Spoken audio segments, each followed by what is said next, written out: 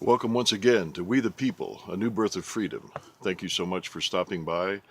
Please subscribe, tell your friends, neighbors, family, and leave your comments below.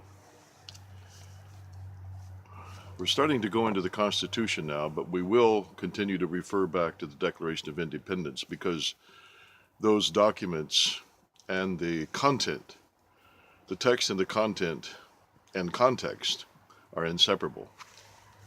And you'll begin to understand that as we go along. We're looking at the preamble to the Constitution of the United States. We the people of the United States. So many things come to my mind when I read those words because they're more than just words on paper. They're multidimensional, multi-generational, multi-in-vision. We the people of the United States. Now, we're going to take that sentence, part of that sentence, and we're going to tie it back to a sentence, a statement in the Declaration of Independence. We the people of the United States. Now, who do you think they were talking about? Were they just talking about men? Were they just talking about the white race, as it's called, Caucasians, Europeans? No. And as I said, at some point in time, we're going to get into the slavery issue. But just a quick cursory view of the slavery issue throughout history and in the context of our founding fathers, we can see that they wanted slavery to end. Many, for the most part, wanted slavery to end, but they wanted it to be through a political process by law so that the 13 colonies at that time could not be divided. And some support slavery and some wanted to abolish slavery. That's why the Civil War came about. They wanted it to be the law of the land.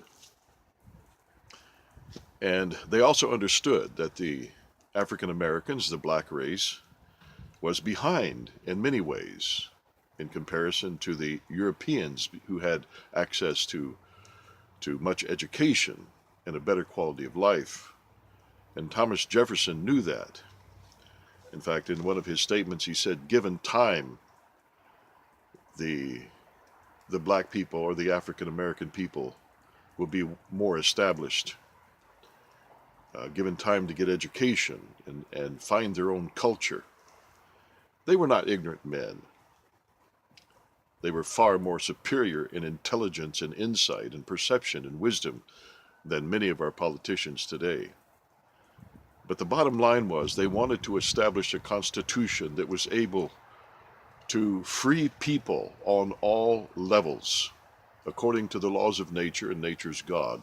So when he wrote, We the people of the United States, and then you tie that in with, we hold these truths to be self-evident that all men are created equal.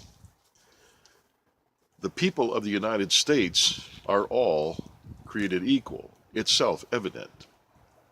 They wanted all people, both men, women, and the posterity, the future generations, to have equal access to life, liberty, justice, equality, and the pursuit of happiness.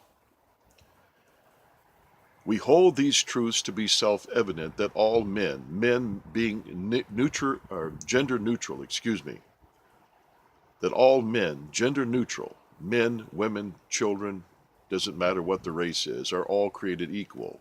That everyone comes into this world the same way, by birth, and has equal access to liberty. That's what they wanted to see. And so those self-evident truths, according to the laws of nature and nature's God, find their way into the opening statement of the preamble to the Constitution of the United States. We the people of the United States.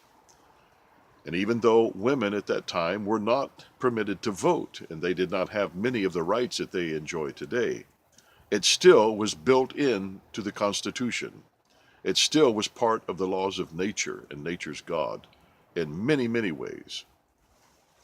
It just takes insight to pull those self-evident truths out of these words of wisdom, these visionary words, the same way Abraham Lincoln pulled them out of the context of what Jefferson and many of the other founding fathers were trying to say.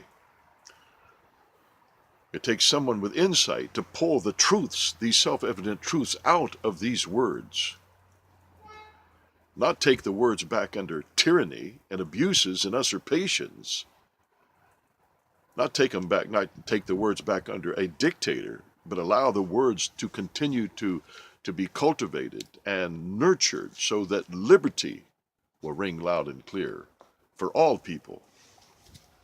So this is a self-evident truth that we, the people of the United States, included men, women, and children, future generations. The reason I say that is because of that very statement in the preamble. It says, and secure the blessings of liberty to ourselves and our posterity, future generations. Now, the only way that you can get future generations is that women also have to be a part of the liberty process, the liberty principle, the liberty doctrine, if you want to put that word in there. You can't have posterity, you can't have future generations except women are included, because that's how children come about. I'm going to make a statement here real quick, and once again, it's one of those subjects we'll get into later. That's why gay rights are unconstitutional in many ways.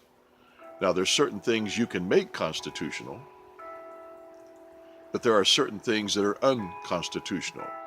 Do gays have civil rights to be united in civil unions? Absolutely, of course. Politically, that's very constitutional. According to the laws of nature, no.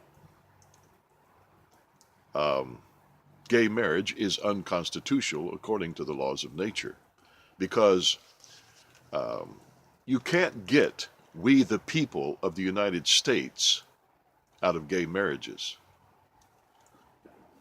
If the laws of nature had started with two men, there would never be we the people. When the laws of nature, orchestrated by the God of nature, the Creator, when He created the first human beings on the face of the earth, He created a man and a woman. And by that man and woman, a union was to take place to further the process of creation of human beings, posterity, future generations. Had He created a man and expected posterity to come about, it would have never happened. You can't get posterity, you can't get future generations out of men having sexual relationship with other men or women with women. You can't do it. Had He chosen two women in the beginning, no children would have been born. So it takes a man and a woman. Now, I know science is constantly trying to orchestrate through hybrid processes that men can have babies.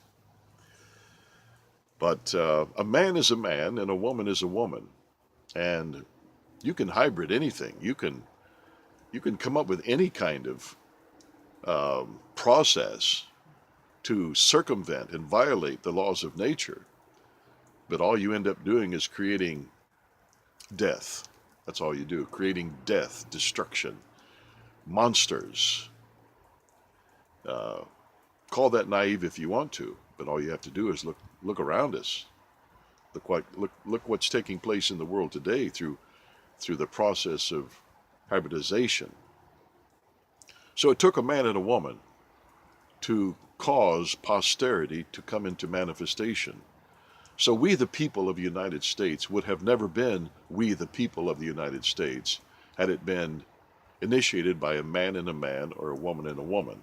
That does not mean, as I said, that there are not political processes that can bring some kind of benefit to same-sex individuals. But you're not going to get future generations and posterity out of their marriage. It's not going to happen. And I think I'll stop right there because I'm sure I just turned over a rock that's going to anger a lot of people. But I want you to just step back, intelligently look at it. Don't get angry. I'm not angry at you if you want to, if a man wants to marry a man, a woman wants to marry a woman. I disagree with it. I don't see any good coming out of it, but if you want to do that, you can have a political, civil right to do that. It's not according to the laws of nature, nor nature's God. But should you decide that that's your orientation, I'm not going to get mad at you. I'm not going to ignore you and treat you like a plague. I just don't agree with you. So why would you want to get angry at me and express violence towards me because I disagree with you? I have a right to disagree with you. It's my civil right to disagree. I don't have to vote for it. I don't have to support it. I don't have to believe in it religiously. That's my right. That's my civil right. So until next time, please, above all things, be a true American.